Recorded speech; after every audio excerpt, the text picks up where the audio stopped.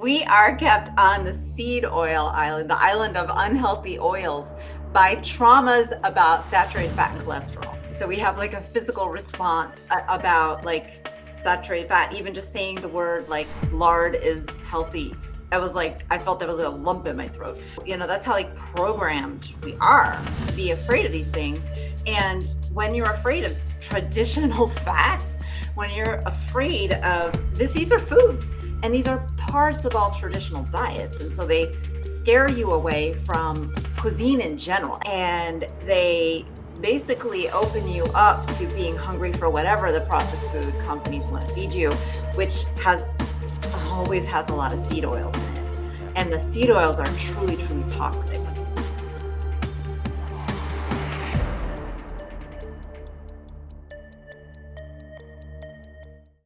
Dr. Cate Shanahan, welcome to the Keto Camp. Welcome back to the Keto Camp podcast. Thank you so much for having me, V. Benazati. It's great to be back with you. The first conversation was amazing. It was episode 178. For those who want to go listen to it who haven't listened to it before, we covered your book, Fat Burn Fix, which is your latest book. And we covered a little bit about deep nutrition, which is a classic in the health space. And we were just talking offline. I consider you, and so do many other people out there, probably the leading authority when it comes to seed oils, vegetable oils, and the health side effects, the dangerous side effects of these bad oils. And I want to start the conversation here with you, Dr. Cate. You always say that we need to walk through the looking glass. And when you do that, you realize everything you're taught is actually backwards. And I was studying, getting ready for this episode, and I was watching one of your presentations, and you gave an analogy from the Truman Show. If you remember the analogy or not, I could bring it up. But do you remember what I'm talking about? I don't remember very well. I think so, but let's see what I was talking about. Well, you were saying that there was a movie reviewer of that movie, and the review said Truman must gradually realize the truth of his environment and try to escape from it. It's a clever way that he's kept on an island by implanted traumas about travel and water. How does that relate to what we're dealing with? Right. We are kept on the seed oil island, the island of unhealthy oils, by traumas about saturated fat and cholesterol.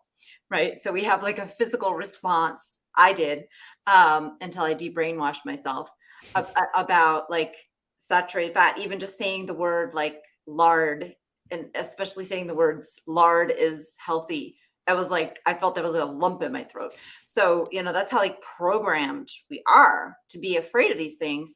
And when you're afraid of like traditional fats, when you're afraid of like these are foods and these are parts of all traditional diets. And so they scare you away from cuisine in general. And that's like the worst part of it. But they take away, they disempower you. And they basically open you up to being hungry for whatever the processed food companies want to feed you, which always has a lot of seed oils in it.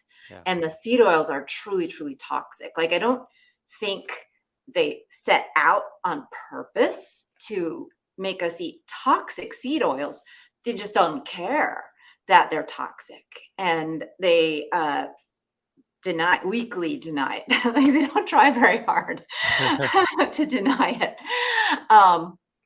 But they make it like real technical. Their denials are so technical that nobody can really understand them. And so like highly trained nutritionists and dietitians read these supposedly truthful articles about why seed oils are so bad, and they're completely lost, and they just read the conclusions and they say, yeah, see, seed oils are good for you because of this and that and the other thing. And so we're brainwashed, just like that we grow up in this environment where everyone believes that seed oils are the healthy kind of fat. And so like that's the Truman Show for us, right? Like, we all believe in this myth. And when we try to leave, just like he was afraid of water, right? Afraid of the ocean, don't go in there. You might bump into the wall at the edge of the studio. Mm-hmm. We are afraid of the alternatives. That's what's really good and easy to eat. when we can't have our KFC that's deep fried in seed oil, or Dorito chips, or, our quick little fixes of crunchy, tasty foods, which you can get naturally if you just use lard, and a regular, follow a regular old fashioned kind of a diet, because people had such delicious foods. Yeah. And you talk about that in Deep Nutrition very well. And I know that you were on the Bill Maher show about a year and a half ago. You were speaking about coronavirus and seed oils and how they're inflammatory, that could make you susceptible to the coronavirus and other viruses and infection. 2 weeks after you were on, there was a Tufts University person, Dr. Darius Mosafarian, MD, cardiologist, and he was saying eat more vegetable oils. So what are your thoughts on that happening right after? Yeah, well, I thought it was really interesting that he didn't directly respond to my claim, right? And so that's what I mean by weak, right? That's kind of weak.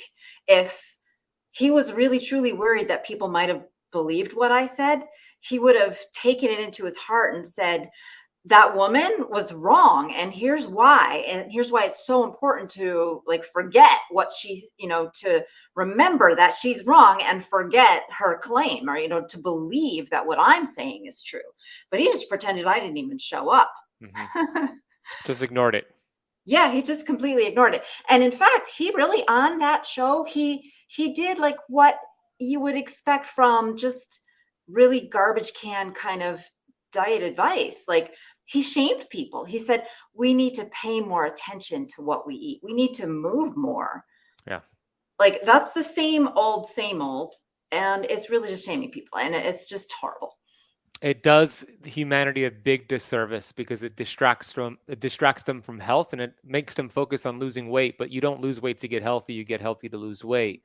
And when you're focusing on just cutting calories, moving more, it just does everybody a big disservice. I was in that camp for many years as a personal trainer, telling my clients, let's monitor your calories, just eat, move more, eat whatever you want, but in moderation. It doesn't work. It does not work. Maybe short term, you might get some benefits, but you're doing the body a big disservice and the person a big disservice. So just to recap, just for those who are kind of new to the PUFA game, you always say PUFAs go poof because they attract a lot of oxygen, and it's the double bonds that are in these oils. So I'm going to pull up a chart here. You can see it on the screen, and it shows fat and oil comparison of these fats. And if you could explain the differences between the monounsaturated, the polyunsaturated, and the saturated fats on this list here. Sure. So those refer to different types of fatty acids. Monounsaturated is the main fatty acid in olive oil. Polyunsaturated omega-3 fish oils are polyunsaturated. The omega-6 linoleic acid, that's the most common one in most of the seed oils, are also polyunsaturated. And then saturated is the most common prevalent fat in coconut oil, as you can see right on the top here in green. And it's also the most prevalent fat in butter. And if they had tallow on here, yeah, they have that on here, and it's still the most prevalent fat. Yeah, so these are the difference here chemically is the stability, and the stability to heat, the stability to processing, the stability to just being in our bodies and being able to resist being attacked by oxygen, which is everywhere in our bodies, especially in our bloodstream. And so the saturated fats are the most stable. They have kind of an antioxidant effect, right? The reason we need antioxidants is mostly because PUFAs, polyunsaturated fatty acids, oxidize, and they create this stuff called oxidative stress. And oxidative stress is horrible. It's you can compare it to radiation occurring in your body, being formed in your body. Like rust on an engine, or biting into an apple, leaving it on the counter, coming back hours later, seeing it brown. That's oxygen changing something in real time that you can see. And in your body, when you have more polyunsaturated fatty acids in your diet than our bodies were really designed to handle, we can't control oxygen anymore. And so our tissues just become overly susceptible to this kind of oxidative stress. And I want to be clear that oxidative stress is not just some chemical theory that it may have something to do with important things in your body. It is the number one thing that ages us. it's like the reason we die of natural causes. And it's actually what was killing people with COVID. I mean, it still is, right? But when people die of COVID, it has to do with oxidative stress. And now that it's a year and a half later, since I was on the show with Bill Maher warning that the theory here, the biochemical theory, which is like biochemistry is like the math of the body. And that means it allows you to make predictions about what's going to happen, even when you've never run an experiment before. So that's why I was predicting that we would find evidence that people who were dying of COVID, who were, under 65, like in this sort of surprise category, where we couldn't really explain why was this happening to younger people, and what was the connection between obesity and so on and COVID. Well, we found it was the more linoleic acid they have in their body fat, the more likely they are to have ARDS, which is the lung problem that kills people with COVID, or the cytokine storm that kills people with COVID, and just also have long-term effects and long COVID and chronic fatigue. I mean, it correlates every time you look every time you look at the fatty acid composition of someone's body fat, you see that composition of PUFAs, the more PUFAs they have in their body fat, the more they have other diseases, period. Every time you look, that's what you see. And that's the best marker, how much PUFA, polyunsaturated fatty acid, is in your body fat. So they do like little biopsies. And they analyze it chemically. And the more PUFA there is, the more oxidative stress your whole body is under all the time. And you're just going to get sick with something. So do you recommend testing for linoleic acid in your cells and membranes and fats? If it were easy to do, definitely. It's not easy to do. You have to get a biopsy and send it off to a specialized lab. There's an indirect test, which is the blood levels of fatty acids, but that's not so accurate, because it turns out that because our diets are supposed to be so low in these PUFAs, that our body fat preferentially releases them, meaning we may have like 20% PUFA in our body fat, which is a lot. But our bloodstream might have 40%. So it's not a real obvious direct, it's hard to tell how much you really have. Like, we haven't sorted that out. There's so few people doing studies on this very important topic in nutrition that we should know how to, like, there should be a formula. Like, if you do this blood test, that means you have this much in your body fat. I suspect that there would be one that's fairly consistent, but we don't have that. So. Maybe you'll develop it one day. Yeah. It's very similar to heavy metals, right? If you do a heavy metals test, not really showing what's in the tissues. Same thing with linoleic acid. It's not really accurately showing what's in your fat cells and membranes. Could you explain the metabolic pathway for how dietary linoleic acid omega-6 ends up in the membranes and in our fat cells? What's the pathway? Well, it's we'll start from the mouth. We'll start the journey from a potato chip.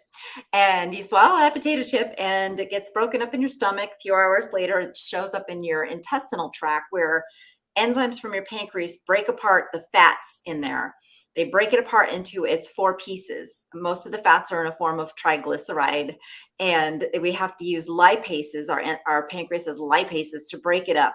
And we break it up into the individual fatty acids and the glyceride, and that's how it gets into our body. And from there, it goes into the intestinal cell, packs it into something called a chylomicron, which is a little vehicle. You could call it an amphibious vehicle, because it travels in the fluid of your bloodstream, and it ferries the fats around in your bloodstream from place to place. And the chylomicron is really big. It's mostly full of these kinds of fats from our diet. And that it'll travel through your bloodstream for literally just a few minutes. And then it gets picked up by your liver, right? So the first the first way it gets into like your body is directly from that chylomicron, where you have tissues that are requesting the chylomicrons stop off. It's kind of like a very polite little system. They stick out like a little ticket, like, hey, I could use some fat on the surface of their cell. And it's a receptor for the chylomicron. If you've heard of ApoB, it's an ApoB receptor. And those little things are like little, hey, please stop over here. And it politely does. And then it unpacks some of its fatty acids, and the cell slurps them up inside. And that is stage one, where you can have arteriosclerosis starting to form, because it's the first place where they are exposed to oxygen in your bloodstream as they come out of the chylomicron, between there and getting into your cell, where they're basically protected from a lot of oxygen. They're exposed for that one moment. So it's the first place you can have an accident. And that's important because it helps us realize that chylomicrons that are full of these PUFAs are some of the most powerful things that cause arteriosclerosis. And notice I didn't say the word cholesterol, and I didn't say the word saturated fat, and that's because the PUFAs are really what are the underlying cause.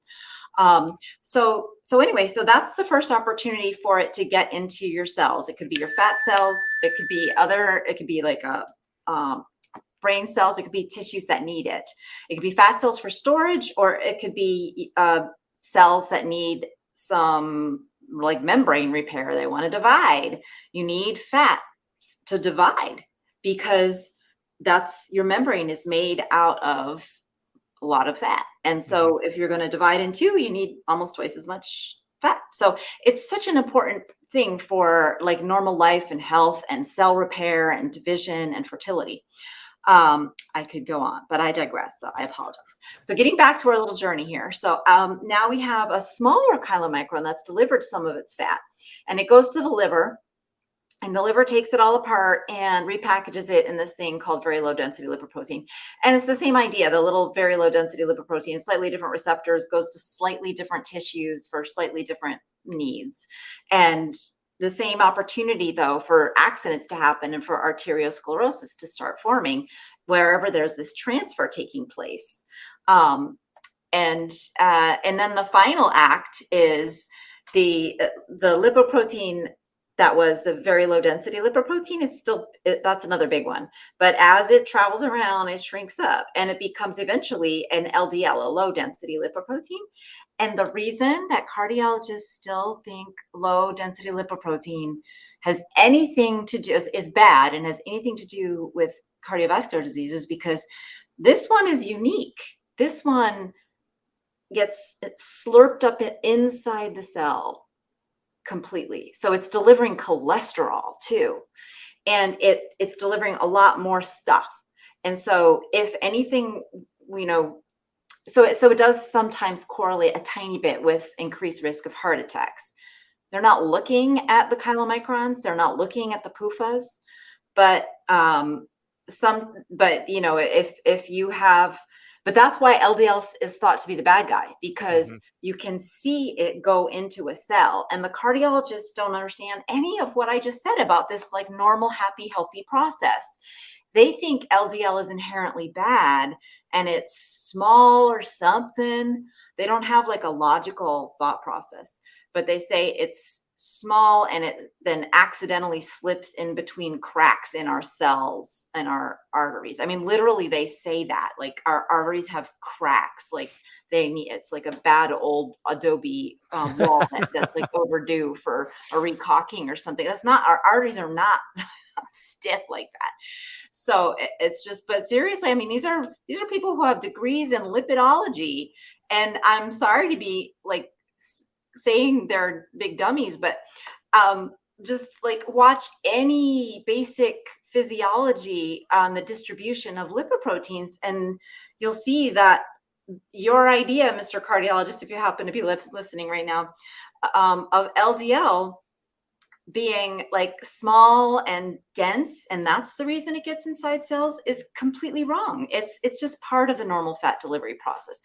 So I guess the reason that what I just said is matters to like people who aren't cardiologists is that if you eat healthy, your cardiologist, if you ever have to see a cardiologist, your cardiologist is going to tell you that there's a problem with your LDL being high, because most people at some point in their dietary improvement journey will have their LDL levels go up, and their cardiologist thinks it's a problem, but it's not a problem. So in a sense, you have to be confident that there's some reason why your cardiologist is incorrect and wrong, and why you're right, and to continue forward on your healthy diet so you can ignore the cardiologist.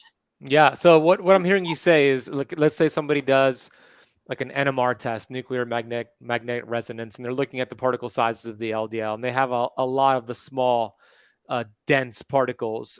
That doesn't necessarily mean you're increasing your risk of disease. There's more to the picture, is what I'm hearing. So what else would you do in combination with that? Would you look at inflammatory markers to kind of get a good picture of what's going on with the LDL?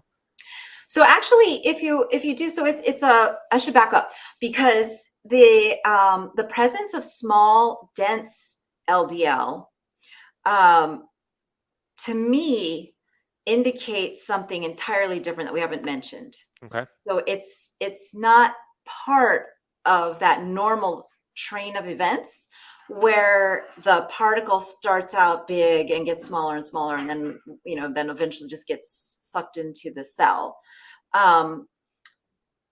It's oxidized. So small dense LDL, we have found it correlates with oxidized LDL. Like, we're not analyzing these things very directly, so a lot of these things are just sort of like, well, when people have small dense LDL, they also seem to have oxidized LDL. And what oxidized LDL is damaged LDL. Remember earlier I was talking about how PUFAs attract oxygen and oxygen attacks them. Well, that's become oxidized because the PUFAs in that were attacked. And now oxidized LDL doesn't work right because its receptors are damaged, and it's not recognized by that LDL receptor anymore. So it stays in circulation too long and it continues to oxidize. And so that's a marker of a person whose body is dealing with too much oxidative stress. And so it's a marker of somebody who's likely to have cardiovascular or plaque building up in their arteries. Understood. Heart attacks and strokes. Okay. So what is the half-life of linoleic acid in our fat cells and membranes and cells in general? So it's in our body fat, it's probably got the longest half-life there, because in our body fat is like stuck with us until we use it, until we burn it. And so if you're a normal weight person, they measured the half-life of body fat as 18 months. So for a half-life means half of it's gone, and then in 18 months, and then so you're down to 50%. And then in another 18 months, half of what's left is gone. So you're down to 75%. So it takes 4 to 5 years basically for it to all be gone. I mean, this is like a long-term project. If you've been eating PUFA your whole life, seed oils your whole life, it's built up in your body fat. It's just a fact of physiology. And you have too much PUFA in there now, and it's going to be a couple of years before it's all gone. But that doesn't mean you have to wait a couple of years before you can lose weight or start feeling better, or reverse diabetes or experience amazing improvements in your health that I'm sure people you work with see all the time. Absolutely. It just means that if you want to have that that level be close to normal and have a chance at like more optimal health, it's going to be a while. And that's why I don't like to have people like focus on rapid weight loss, because when you lose weight rapidly, you're releasing all that PUFA. And that's kind of why people get super sick in the intensive care unit with COVID, because when you're super sick and you're not eating, your body is releasing the body fat. And what gets released preferentially is the PUFA. And so if you've got too much PUFA in your body fat, you're going to have way too much PUFA in your arteries.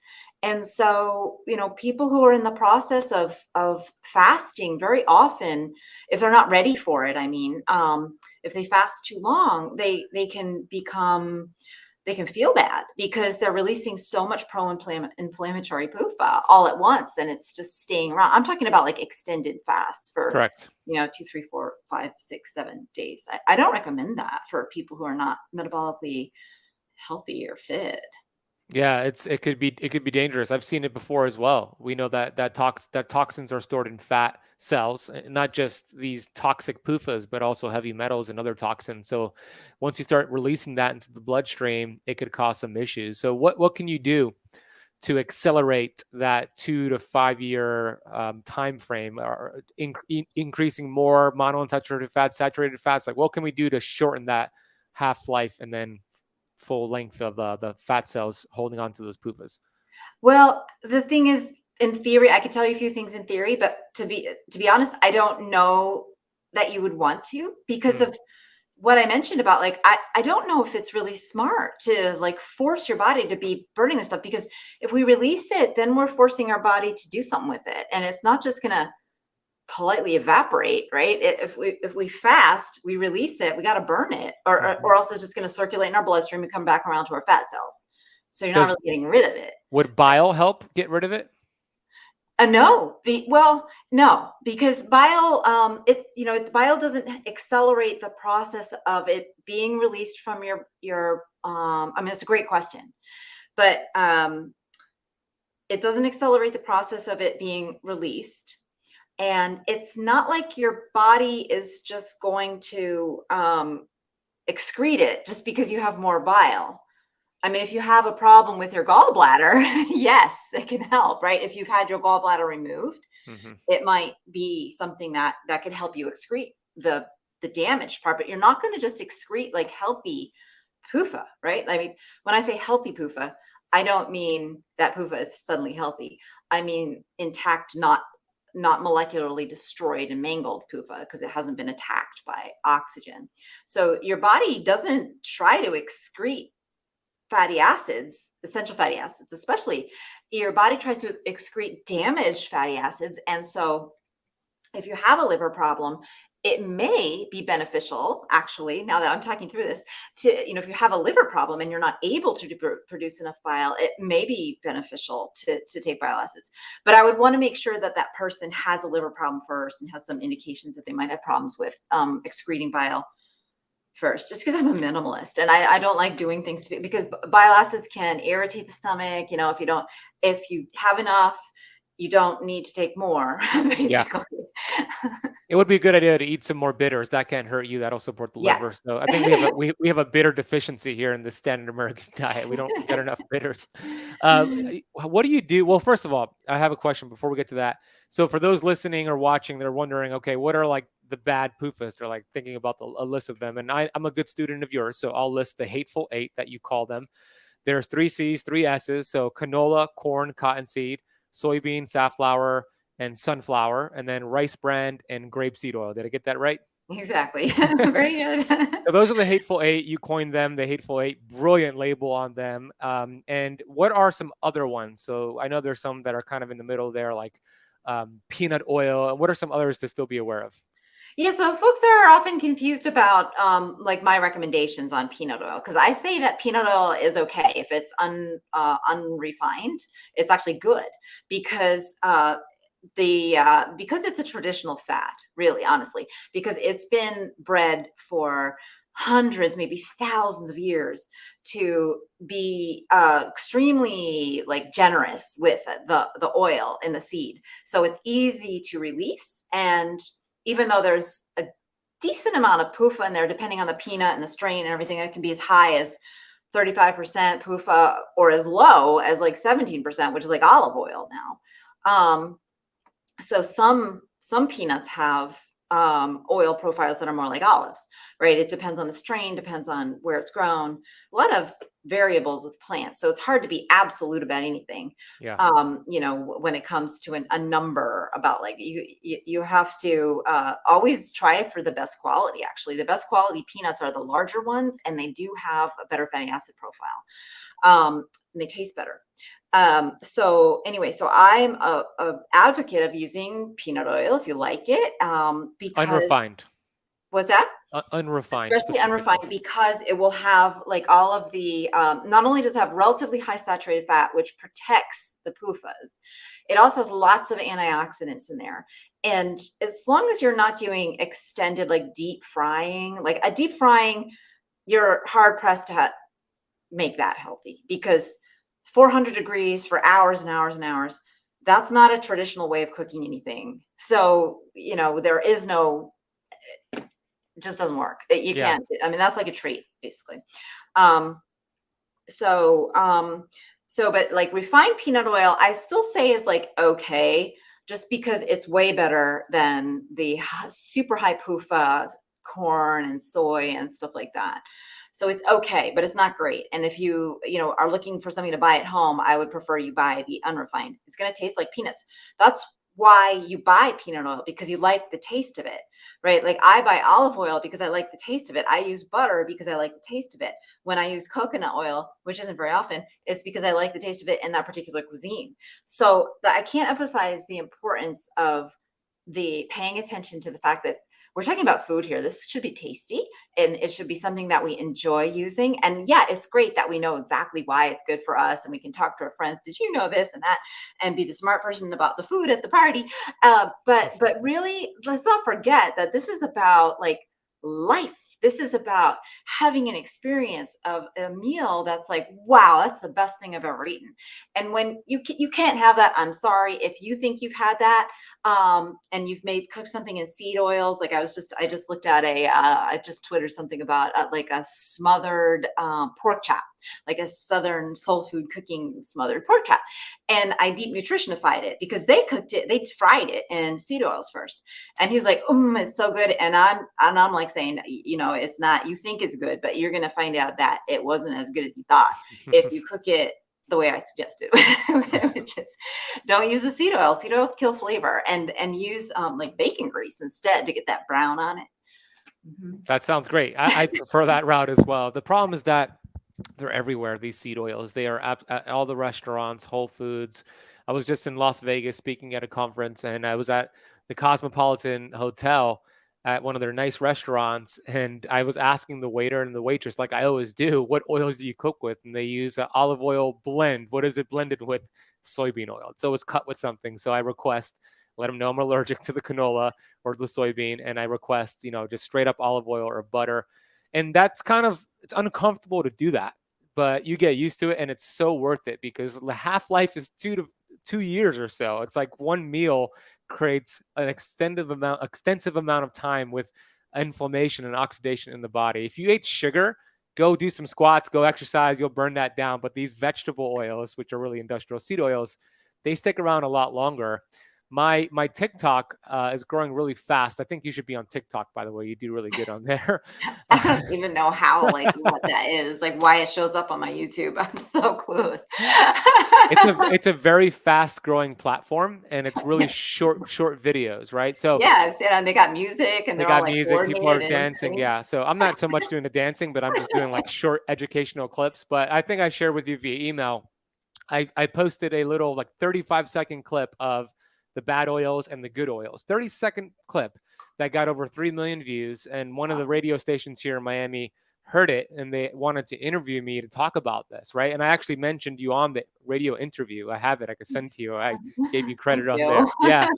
Yeah. And, it's making people aware, which is great. But on TikTok, especially more than any other platform, I get these dietitians and nutritionists that just absolutely disagree with the message. And I know you kind of talked about it earlier, but why is there such a conflict here? I mean, we're so certain and convicted in how bad they are for you, and they're so convicted in how good they are for you. And why is there such a disconnection here? Because there's the American Heart Association pumps out 13 journals, 13 different journals. Each is either weekly or monthly. So they're putting out hundreds of articles every year, funded by Procter & Gamble and companies selling junk food and seed oils. So they're basically a disinformation machine. The dietitians are doing their homework. They're doing their job. Their job is to read the wrong pile of articles. They don't read the right research. They don't read the journals that are the American Oil Chemist Society journals, because they're not in that society. They're in the Dietitian Society. And they're, if they're into cardiology, they're going to be reading the cardiology journals. And the American College of Cardiology, they point to the American Heart Association for all of their nutritional advice. So the American Heart Association is they're like the original, they're the biggest fake news organization out there. I mean, they get $1 billion a year from all their different evil empires, people types, like the pharmaceutical industry and the junk food industry. And they are just like the nexus of disinformation, and they do a great job. And so the dietitians just don't have any idea. They just don't have any clue. And because how could you crack through? It's a sound barrier, right? I mean, it's a real barrier. How could you open someone's eyes to a new reality when I could try, but I'm not at Harvard. I don't have like a position like Dariush Mozaffarian, and those people, by the way, they're figureheads. They're little sock puppets for the American Heart Association, and that's why Dariush Mozaffarian acted like he couldn't care less about being on the show. He had no drive, no passion, no like thought. He's like a puppet. He was like a dead person. His eyes were dead.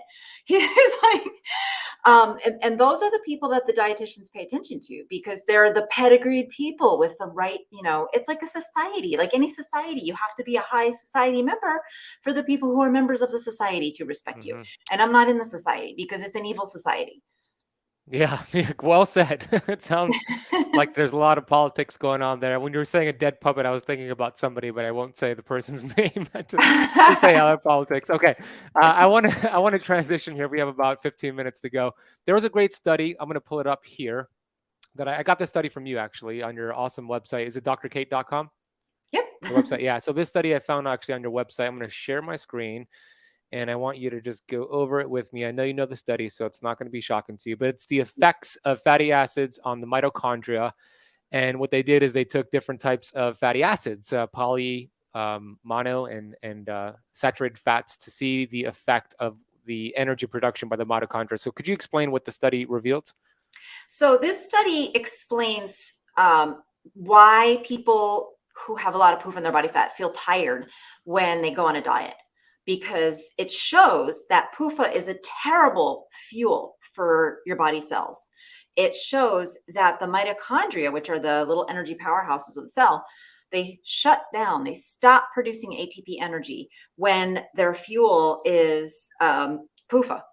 And the worst of the two PUFAs, so there's the two categories of PUFAs, which is the omega-3 and the omega-6. The more double bonds, the worse the fuel. And so omega-3 have more double bonds than omega-6. So that fish oil, if your body's trying to burn that, it's worse for your body cells than omega-3, which is why I like to always point out that it's not just the omega-6. It's not just that it's in, omega-6 has this, if your listeners know that omega-6 has been called out for being pro-inflammatory. That's kind of true, but it's not cut and dry that all omega-6s have a pro-inflammatory effect and all omega-3s have an anti-inflammatory effect. So that part isn't even true. Physiology is always a little bit more complicated. It's hard to make rules about, but the biochemistry you can make rules about. And the biochemistry says the more double bonds, the more pro-inflammatory, the worse it is, and the worse of a fuel it is. So what that study shows, that's like the most important study. And if anybody were to just sit down and think about just one study for 24 hours, they would come to realize that that's why people have brain fog. That's why people become insulin resistant, because they can't burn their body fat. What are they going to do? They're going to burn sugar. That's the root cause of diabetes. Yep. And that's why you feel bad when you get to a certain point on your diet and you start. I've talked to so many people who were like, yeah, I was losing weight and I was feeling great. And then I say, were you feeling a little tired? Did you have energy? I mean, you were feeling great because you were losing weight and you were very happy. But did you have like, what did you do when you came home from work? Oh, I would collapse. Like, like they really didn't have energy, and they were so mixed up about how they were feeling because they were so proud of themselves, and they've heard all these myths that if you lose weight, you're fixing your metabolism, so you will have more energy. So they were like convincing themselves. But when you ask them like the reality of it, and why did you stop the diet if you were feeling so great? Oh, I just couldn't do it anymore. I couldn't take it. I was, I just couldn't go and exercise. I was too tired, like, so the energy loss is really a huge part of the mystery here of obesity. And I'm say that within quotes now, because I don't think it's a mystery anymore. That one study, which has been validated in many other studies, that one study demystifies the whole thing. We've been eating lots of PUFA. We have PUFA in our body fat, 15, 20, 30%. How much are we supposed to have? Less than 5 for sure. That's Maybe crazy. very much lower than that.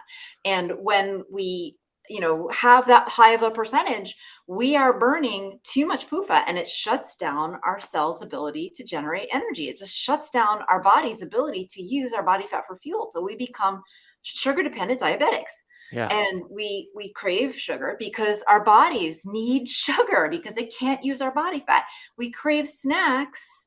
I could just go on. This is the problem. This is the problem, that PUFA is in our body fat. And that's why I love that study, because when I saw that study, I saw it like in 2015 or 14 or something. I was like, oh my God, I have to write a whole nother book now. And that's where I started writing the Fat Burn Fix.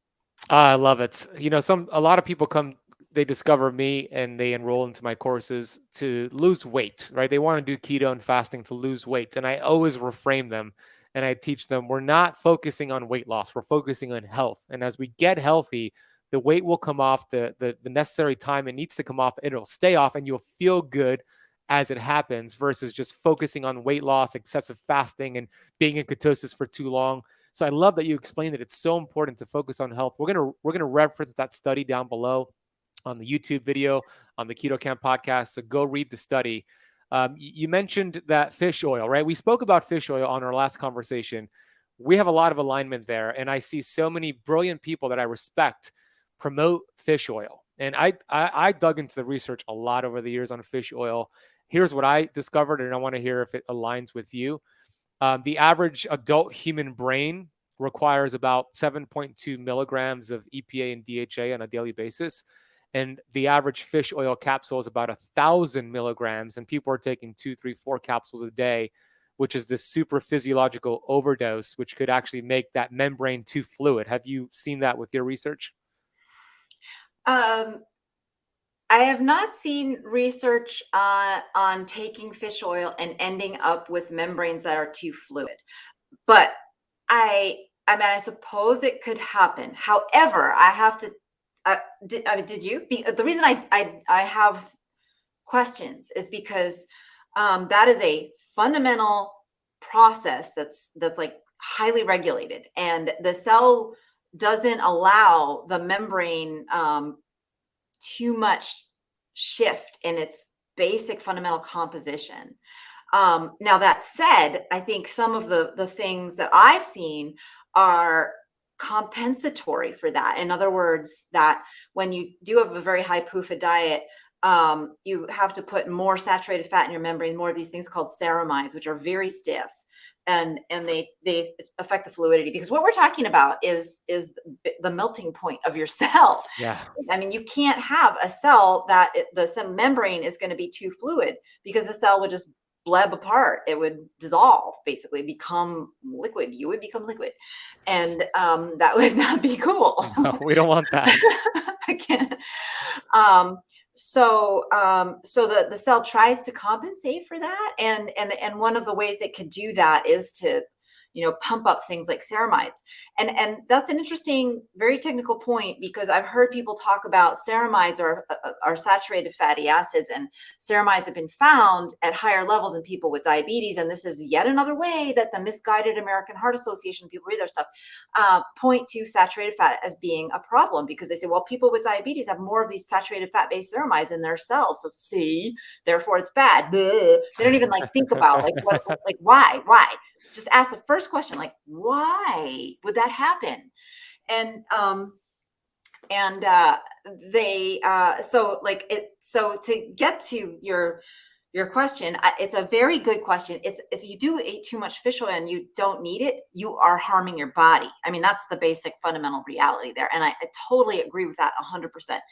Is it harming it in that specific way? That's a very technical question. And I would say that's possible, but I would say the body would fight hard against it. And we do have mechanisms to do that.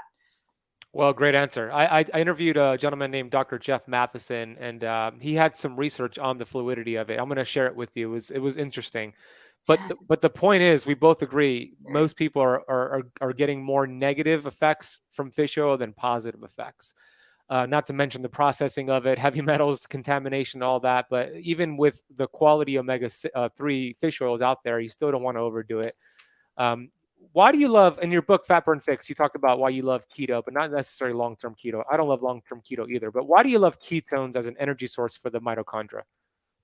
So ketones are designed out of your body fat, right? So when you're burning your body fat and your liver is healthy, it makes ketones for you. And these ketones are like pre-digested fuel, basically, right? So a fatty acid is a storage form of energy. It's long and it's hard to transport into the mitochondria. Basically, it's hard for the mitochondria to break it down. It has to go to a bunch of different places. But if you can deliver kind of like a pre-digested form, it's kind of like a pellet stove, right? You don't have to fight too hard to start a fire in a pellet stove compared to like a big log where you have to have kindling and blah, blah, blah. So it's just a better fuel. And our cells actually work better when they have access to that better fuel. But the cells where it makes the most difference are in our hardest working organs. And those two organs are our brain and our heart. And so they've found that hearts that have access to ketones can actually pump 30% harder than hearts that don't, that are pretty cool. Yeah, 30% more effective. So, that's one of the reasons when I worked for the Lakers that I was trying to help the guys there burn their body fat so they could have access to these lovely ketones. Because even though basketball is not an aerobic sport, they have aerobic needs for their heart. And, there's no sport that doesn't benefit from your heart beating 30% stronger. Mm-hmm.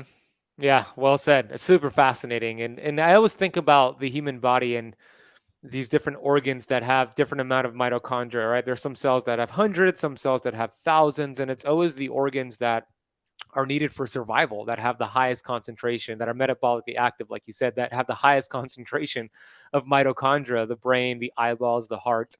I actually discovered that the ovaries have the highest concentration of mitochondria of any single other cell in the body. I think from the research that I saw was about 100,000 mitochondria in a single ovary cell. And you think about it, reproduction, survival, isn't that crazy?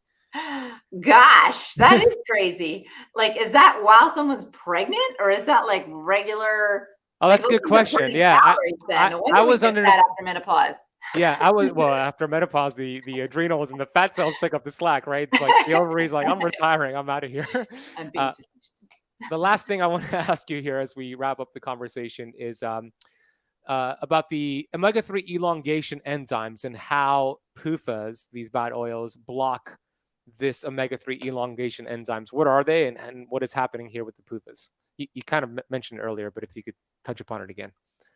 Right. So your brain needs omega-3 and omega-6, but it needs longer omega-3 and omega-6 than what you get when you eat the seed oils with butter. Only like fish and animal products can have like the super long versions of the omega-3s and the omega-6s. So you have to have these enzymes that elongate them. It's fairly straightforward concept. But the problem is if you've been eating too much seed oils, they're like delta 6 desaturase and delta 9 desaturase. Those are the names of the enzymes, I believe. And what they're doing is they're just helping play a key role in the actual elongation of, say, like an 18 carbon PUFA into a 20. They do it 2 at a time, and so on and so on.